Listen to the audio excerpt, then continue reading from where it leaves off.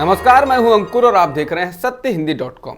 आइए एक नजर डाल लेते हैं अब तक की सुर्खियों पर। गुजरात के विधानसभा चुनाव में बीजेपी 25% नए उम्मीदवारों को चुनाव मैदान में उतारेगी। ये बात गुजरात के गांधीनगर से सांसद और केंद्रीय गृह मंत्री अमित शाह ने कही है। गुजरात के लिए जल्द ही विधानसभा चुनाव की तारीखों का ऐलान होने वाला है और माना जा रहा है कि हिमाचल प्रदेश के साथ ही गुजरात के चुनाव नतीजे भी आ जाएंगे। हिमाचल के चुनाव नतीजे 8 दिसंबर को आएंगे। वडोदरा में पत्रकारों से बातचीत में अमित शाह ने कहा कि टिकट देने के लिए चुनाव में जीत हासिल करने की योग्यता ही एकमात्र मापदंड है और पार्टी का संसदीय बोर्ड उम्मीदवारों के चयन को लेकर अंतिम फैसला लेगा।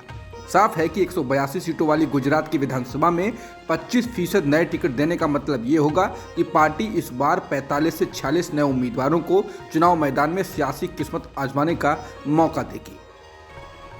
दीपावली पर पटाखे फोड़ने को लेकर वडोदरा में हुए दंगों की जांच कर रही गुजरात पुलिस और बीजेपी ने कहा है कि स्ट्रीट लाइट बंद कर दी गई थी और पेट्रोल बम फेंके गए थे। यह दिखाता है कि दंगे पूर्व नियोजित थे। ऐसा ही दावा बीजेपी विधायक राजेंद्र त्रिवेदी ने किया। बता दें, ये बातें इंडिया टुडे की एक रिपोर्ट में कही गई है। इंडिया टुडे के मुताबिक वडोदरा पुलिस ने मामले की जांच के लिए एक विशेष टीम का गठन किया है। सोमवार मंगलवार की रात 12:30 बजे वडोदरा के पानीगेट इलाके में दो समूहों के बीच हुए दंगों के बाद 19 लोगों को हिरासत में लिया गया। पटाखों को लेकर शुरू हुआ विवाद जल्द ही तोड़फोड़ में बदल गया। स्ट्रीट लाइट बंद होने के कारण कई दुकानों में तोड़फोड़ की गई और कई वाहनों को आग के हवाले कर दिया गया। पुलिस अधिकारियों पर उस समय पेट्रोल बम फेंके गए जब वे कानून व्यवस्था बहाल करने के लिए इलाके में गश्त कर रहे थे। कुछ लोगों ने पथराव भी किया। पुलिस अधिकारियों के मुताबिक ये इलाका बेहद संवेदनशील है। पिछले 4 महीने में एक ही इलाके में 3 बार दंगे की घटनाएं हो चुकी हैं। फिलहाल स्थिति नियंत्रण में है और पुलिस घटना की जानकारी के लिए आसपास के सीसीटीवी कैमरों से तलाश कर रही है। बता दें, गुजरात में जल्द ही चुनाव होने वाले हैं। केंद्रीय सुरक्षा एजेंसियों को राजस्थान में पाकिस्तान की सीमा पर मुस्लिम आबादी वाले इलाकों के निवासियों की आबादी और आर्थिक प्रोफाइल तैयार करने के लिए कहा गया है। ये जानकारी द टेलीग्राफ अखबार ने केंद्रीय गृह मंत्रालय के हवाले से दी। सरकार का यह कदम विवाद को जन्म दे सकता है क्योंकि पाकिस्तान राजस्थान सीमा पर ज्यादातर मुस्लिम गांव हैं। मुसलमानों की धार्मिक प्रोफाइलिंग नए आरोपों को जन्म दे सकती है। कांग्रेस शासित राजस्थान में 2023 में विधानसभा चुनाव हैं। उससे पहले इस तरह का कदम विवादास्पद हो सकता है। पश्चिम बंगाल में भी 2021 के विधानसभा चुनाव से पहले इसी तरह की कवायद केंद्र सरकार ने की थी। इससे वहां कई विवाद हुए। इंटेलिजेंस ब्यूरो के एक पूर्व संयुक्त निदेशक ने द टेलीग्राफ अखबार को बताया कि मुझे उम्मीद है ये विधानसभा चुनावों से पहले लोगों का धार्मिक आधार पर ध्रुवीकरण करने की बड़ी रणनीति का हिस्सा नहीं है। हालांकि गृह मंत्रालय के सूत्रों ने इसे एक रेगुलर अभ्यास करार दिया जिसका मकसद कट्टरपंथी तत्वों और सीमा पर तमाम गतिविधियों पर नजर रखना है। द टेलीग्राफ के मुताबिक गृह मंत्रालय के अधिकारी ने कहा, इस तरह के अभ्यास सुरक्षा एजेंसियों द्वारा नियमित रूप से किए जाते हैं। मुंबई की एक विशेष अदालत ने यौन उत्पीड़न के मामले में 25 वर्षीय एक बिजनेसमैन को 1.5 साल की जेल की सजा सुनाते हुए कहा कि किसी लड़की को आइटम कहना अपमानजनक है। लाइव लॉ के मुताबिक स्पेशल जज S.J. अंसारी ने कहा कि आइटम एक ऐसा शब्द है जिसका इस्तेमाल लड़के आमतौर पर लड़कियों को अपमानजनक तरीके से संबोधित करने के लिए करते हैं क्योंकि ये उन्हें यौन तरीके से ऑब्जेक्टिफाई करता है। ये साफ रूप से उनके शील भंग करने के इरादे को इंगित करता है। लाइव लॉ के मुताबिक अच्छे व्यवहार के संबंध में बॉन्ड भरने की शर्त पर रिहा करने से इनकार करते हुए जज ने कहा, इस तरह के अपराधों से सख्ती से निपटने की जरूरत है क्योंकि महिलाओं को उनके अवांछित व्यवहार से बचाने के लिए ऐसे सड़क किनारे रोमियों को सबक सिखाना जरूरी है। नतीजतन इसका लाभ देने का कोई सवाल नहीं उठता। अभियुक्त के प्रति अनुचित उदारता नहीं दिखाई जा सकती।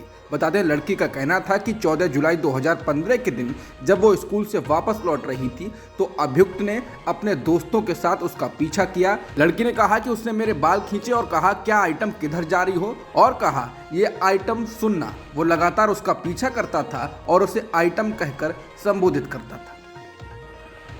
मध्य प्रदेश के दमोह में दबंगों ने अनुसूचित जाति परिवार के 3 सदस्यों को मंगलवार सुबह गोलियों से भून दिया। हमले में इसी परिवार का एक अन्य सदस्य गंभीर रूप से घायल भी हुआ। घटना की वजह छेड़छाड़ की वारदात बताई जा रही है।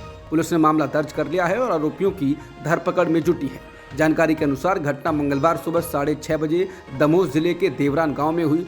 दबंगों के हमले में जख्मी महेश अहरवार का आरोप है कि जगदीश पटेल के परिवार के दर्जन भर लोगों ने सुबह उसके घर पर हमला बोल दिया। महेश के अनुसार पटेल परिवार की महिला ने उनके भतीजे कैलाश पर घूर कर देखने का आरोप लगाया था। सोमवार को इस आरोप को लेकर दोनों परिवारों के बीच विवाद हुआ था। गूगल पर कमीशन ऑफ इंडिया ने 936.44 करोड़ का जुर्माना लगाया है। आयोग ने मंगलवार को जारी एक आदेश में कहा कि अमेरिकी कंपनी गूगल अनुचित कारोबारी गतिविधियों में शामिल रही है। ये गूगल पर एक हफ्ते के अंदर दूसरी बार जुर्माना लगाया गया है। इससे पहले गूगल पर बाजार में अपनी मजबूत स्थिति के दुरुपयोग को लेकर 1337 करोड़ 76 लाख रुपए का जुर्माना लगा था। आरोप था कि गूगल अपने भुगतान ऐप और इन ऐप भुगतान प्रणाली को बढ़ावा देने के लिए अपनी बाजार स्थिति का दुरुपयोग कर रहा है। इसके साथ ही कुल जुर्माना 2274 करोड़ हो गया। ब्रिटेन की कंजर्वेटिव पार्टी के नेता ऋषि सुनक ने आज ब्रिटेन के किंग चार्ल्स से मुलाकात की। किंग चार्ल्स ने सुनक को सरकार बनाने के लिए आमंत्रित किया था। इसके साथ ही सुनक औपचारिक रूप से ब्रिटेन के 57वें प्रधानमंत्री बन गए हैं। बता दें, आर्थिक संकट से जूझ रहे ब्रिटेन में इस साल प्रधानमंत्री बनने वाले सुनक तीसरे व्यक्ति हैं। सुनक ब्रिटेन के 200 सालों के इतिहास में सबसे कम उम्र के प्रधानमंत्री हैं। ब्रिटेन का प्रधानमंत्री बनने के बाद ऋषि सुनक ने अपने पहले संबोधन में कहा कि इस समय हमारा देश एक गंभीर आर्थिक संकट का सामना कर रहा है। यूक्रेन में पुतिन के युद्ध ने दुनिया भर के बाजारों को अस्थिर कर दिया है। ऋषि सुनक ने हाल ही में इस्तीफा देने वाली पूर्व प्रधानमंत्री लिज ट्रस को लेकर कहा कि लिज ट्रस का इस देश के आर्थिक लक्ष्यों के लिए काम करना गलत नहीं था। मैं उनकी प्रशंसा करता हूँ, लेकिन कुछ गलतियाँ की गई, लेकिन वो गलत इरादे से नहीं थी। सुनक ने कहा कि मुझे गलतियों को ठीक करने के लिए नियुक्त किया गया। आर्थिक संकट के बीच ऋषि सुनक ने कहा कि मैं अपने देश को शब्दों से नहीं बल्कि काम करके एकजुट करूंगा। मैं दिन रात काम करूंगा। सुनक ने कहा कि भरोसा कमाया जाता है और मैं कमाऊंगा। ऋषि सुनक के ब्रिटेन के प्रधानमंत्री बनने पर जम्मू कश्मीर के पूर्व मुख्यमंत्री महबूबा मुफ्ती ने एनआरसी और सीए का जिक्र किया। पीडीपी प्रमुख ने ट्वीट कर कहा, यह गौरवान्वित करने वाला पल है कि ब्रिटेन में पहली बार एक भारतीय मूल का व्यक्ति प्रधानमंत्री होगा। महबूबा ने कहा कि जैसा कि अभी पूरा देश जश्न मना रहा है, हमें यह भी याद रखने की भी जरूरत है कि ब्रिटेन ने एक धार्मिक अल्पसंख्यक को अपने देश के प्रधानमंत्री के तौर पर मान्यता दी है। वहीं दूसरी ओर हम अभी भी एनआरसी और सीए जैसे विभाजन और भेदभाव को बढ़ावा देने वाले कानूनों की जकड़न में हैं। महबूबा मुफ्ती के द्वारा सुनक के ब्रिटेन के प्रधानमंत्री बनने के बीच एनआरसी सीए का जिक्र करने के बाद बीजेपी नेता रविशंकर प्रसाद ने उन पर पलटवार किया। प्रसाद ने ट्वीट कर कहा कि महबूबा मुफ्ती का ट्वीट देखा। ब्रिटेन में ऋषि सुनक के पीएम चुने जाने के बाद उन्होंने ट्वीट में भारत में अल्पसंख्यकों के अधिकारों की बात कही। महबूबा जी, क्या आप जम्मू कश्मीर में किसी अल्पसंख्यक को बतौर सीएम स्वीकार करेंगी? कृपया इस मामले पर पूरी स्पष्टता से जवाब दें। प्रसाद ने कहा, ब्रिटेन के पीएम के रूप में ऋषि सुनक के चुनाव के बाद कुछ नेता बहुसंख्यकवाद के खिलाफ हाइपर एक्टिव हो गए हैं। उन्हें एपीजे अब्दुल कलाम की असाधारण अध्यक्षता और 10 वर्षों के लिए प्रधानमंत्री मनमोहन सिंह के कार्यकाल की याद दिलाना चाहूंगा। एक प्रतिष्ठित आदिवासी नेता द्रौपदी मुर्मू अभी हमारी राष्ट्रपति हैं। रविशंकर प्रसाद ने कहा कि भारतीय मूल के एक काबिल नेता ऋषि सुनक ब्रिटेन के प्रधानमंत्री बन रहे हैं। उनकी इस असाधारण सफलता के लिए हम सभी को उनकी सराहना करने की जरूरत है। ये दुखद है कि कुछ भारतीय नेता दुर्भाग्य से इस अवसर पर भी राजनीति करने की कोशिश कर रहे हैं। ब्रिटेन के प्रधानमंत्री बने ऋषि सुनक की हिंदू पहचान चर्चा में बनी हुई है। ब्रिटेन में धार्मिक रूप से अल्पसंख्यक ऋषि सुनक के प्रधानमंत्री बनने पर लोग ब्रिटेन के लोकतंत्र का भी हवाला दे रहे हैं। एक गैर गोरे और धार्मिक रूप से अल्पसंख्यक को देश के शीर्ष पद के लिए मौका देने पर कंजर्वेटिव पार्टी की भी तारीफ हो रही है। बीबीसी के अनुसार ब्रिटिश अखबार द गार्डियन से ब्रिटिश फ्यूचर थिंक टैंक के सुंदर कटवाला ने कहा, यह एक ऐतिहासिक पल है जो कि 1 या 2 दशक पहले संभव नहीं था।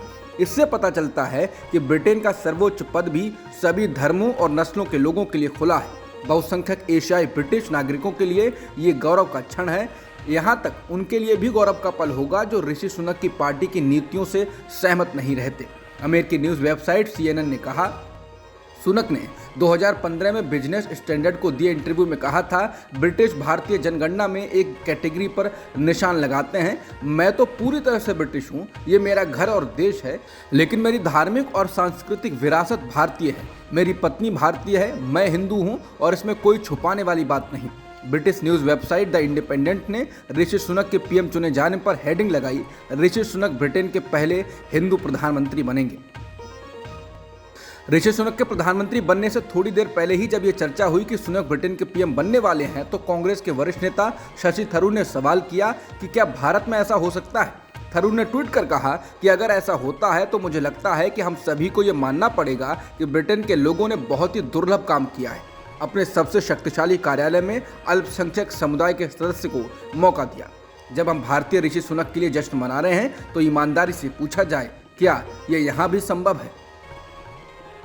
भारतीय मूल के ऋषि सुनक के ब्रिटेन के प्रधानमंत्री बनने के बाद कांग्रेस के वरिष्ठ नेता और पूर्व वित्त मंत्री पी चिदम्बरम ने कहा, पहले कमला हैरिस, अब ऋषि सुनक। यूएस और यूके के लोगों ने अपने देशों के गैर बहुसंख्यक नागरिकों को गले लगा लिया और उन्हें सरकार में उच्च पदों के लिए चुना है। चिदम्बरम ने कहा कि मुझे लगता है कि भारत और बहुसंख्यकवाद का पालन करने वाली पार्टियों को सीखने के लिए एक सबक है। दिवाली के मौके पर दिल्ली में सोमवार रात को जमकर पटाखे फोड़े गए और इस वजह से मंगलवार की सुबह हवा बेहद खराब हो गई। दिल्ली सरकार ने पटाखे फोड़े जाने पर प्रतिबंध लगाया हुआ था, लेकिन लोगों ने इसे हवा में उड़ा दिया। दिल्ली सरकार के पर्यावरण मंत्री गोपाल राय ने कहा था कि दिल्ली में अगर किसी ने पटाखे फोड़े तो उसे 6 महीने की जेल की सजा और 200 रुपए का जुर्माना भी हो सकता है। दिल्ली पुलिस ने पटाखे जलाने वालों पर कार्रवाई के लिए राजधानी में 210 टीमें बनाई थी, जबकि राजस्व विभाग की 165 टीमें और दिल्ली प्रदूषण नियंत्रण कमेटी की 35 टीमें पटाखे जलाने वालों पर नजर रख रही थीं। लेकिन इस सब का ज्यादा असर नहीं हुआ और लोगों ने दिल्ली में पटाखे फोड़े, जिसके कारण दिल्ली और गुड़गांव में मंगलवार सुबह एयर क्वालिटी इंडेक्स यानी AQI 342 दर्ज किया गया, जो कि बहुत खराब की श्रेणी में आता है। अब तक की खबरों में इतना ही। बाकी खबरों के लिए बने रहिए सत्यहिंदी.com के साथ।